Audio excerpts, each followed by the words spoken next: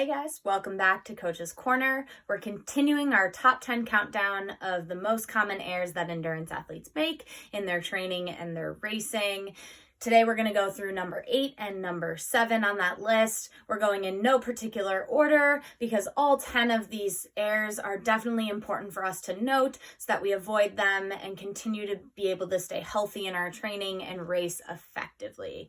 So here we go, guys. Number 8 on that list is skipping stretching. I consistently see endurance athletes running off to their job right after practice, or they're running off to their other obligations, and they skip that critical component, which is making sure that we're stretching after our workouts, keeping those muscles elongated, keeping them loose, and not balled up into a knot like a tight rubber band that we're trying to untangle every time that we go out to do one of our workouts. So especially if you're doing twice a day practices or 3 times a day workouts, we want to make sure that we are stretching effectively so that we are ready to go for that next workout session, whenever that may be. Okay. Static stretching after the workout can also involve foam rolling. It can involve massage. It can also involve even dynamic stretching post-workout as well. So you're not isolated to just doing one form of stretching. There's many different things that we can do to keep those muscles elongated and work out any kinks or knots that may have happened during that workout. The other thing is that muscles optimally can contract when they're loose and elongated. And what happens is if we don't stretch after we've finished up a hard workout or even just a recovery day, right? Our muscles have been contracting and shortening. And if we don't re-elongate them back to their natural state, then when we go to do our next workout session, there's nowhere for them to contract. They've already shortened. So that bridge of where they're able to contract to has been eliminated or reduced, and we don't get as forceful of a force production or power production out of those same muscles. So just illustrating the point that we do want to make sure that we're keeping our muscles at their optimal contraction length, and we can do that through stretching adequately post-exercise, but we can also do that as our dynamic warm-up, our dynamic stretching pre-exercise. So I do see people skipping out on that warm-up stretching as well. Definitely important that we're not skipping that. Tomorrow I'm going to go through Iron Cross and Scorpion Tail, which are 2 dynamic warm-up stretching exercises that can definitely be implemented for any of the 3 disciplines. So we have running, cycling, and swimming. All 3 are going to be impacted by these 2 stretches, which really focus on thoracic spine, lumbar spine, and opening up through the hips. So those 2 are going to be absolutely critical in your warm-up stretching program, but also including other stretches as well. So when we look at dynamic stretches, it may be something like straight leg marches or leg swings up against a wall, both across our body as well as forward and back. So moving through the frontal plane and sagittal plane, opening up our hips again with that exercise. So it's implementing all of these stretches to make sure that we're not only warming the muscles so that if they're forced to go under a quick contraction, as they will when they're engaging in any of these workouts that we're doing for our endurance training, that they're ready to fire and we're not risking those soft tissue injuries that may result from an unwarmed up muscle and unlengthened muscle that's now being forced to contract, and we see that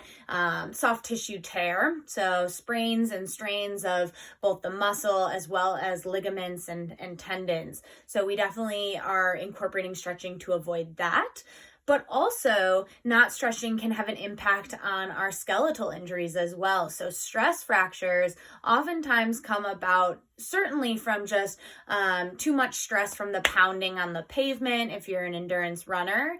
But it can also be amplified from the fact that if we're pounding on pavement and we also have these tight muscles that are pulling on the bone because they're pulling on those tendons, and it's putting that extra tension on that bone, right? So that paired with the force of hitting the ground, it increases our chance of those skeletal injuries, such as stress fractures. So oftentimes you see this in the case of shin splints, which actually the pain isn't coming from the shin itself, but it's coming from those deep calf muscles, most likely, or your tibialis anterior, that muscle that runs in the front part of your shin or your lower leg. But it's those muscles that are so taut and pulling on the bone that creates that piercing pain feeling. So certainly something to keep in mind, that if we can keep those muscles loose through our stretching pre and post workout, then we can also even impact those skeletal injuries, or at least reduce our risk by keeping ourselves loose and keeping ourselves in an optimal position to train without that additional stress being placed on the bones. So that was number 8, looking at skipping stretching, which may lead to potential injury. But what happens when we get injured, right? That leads us to number 7 on the list.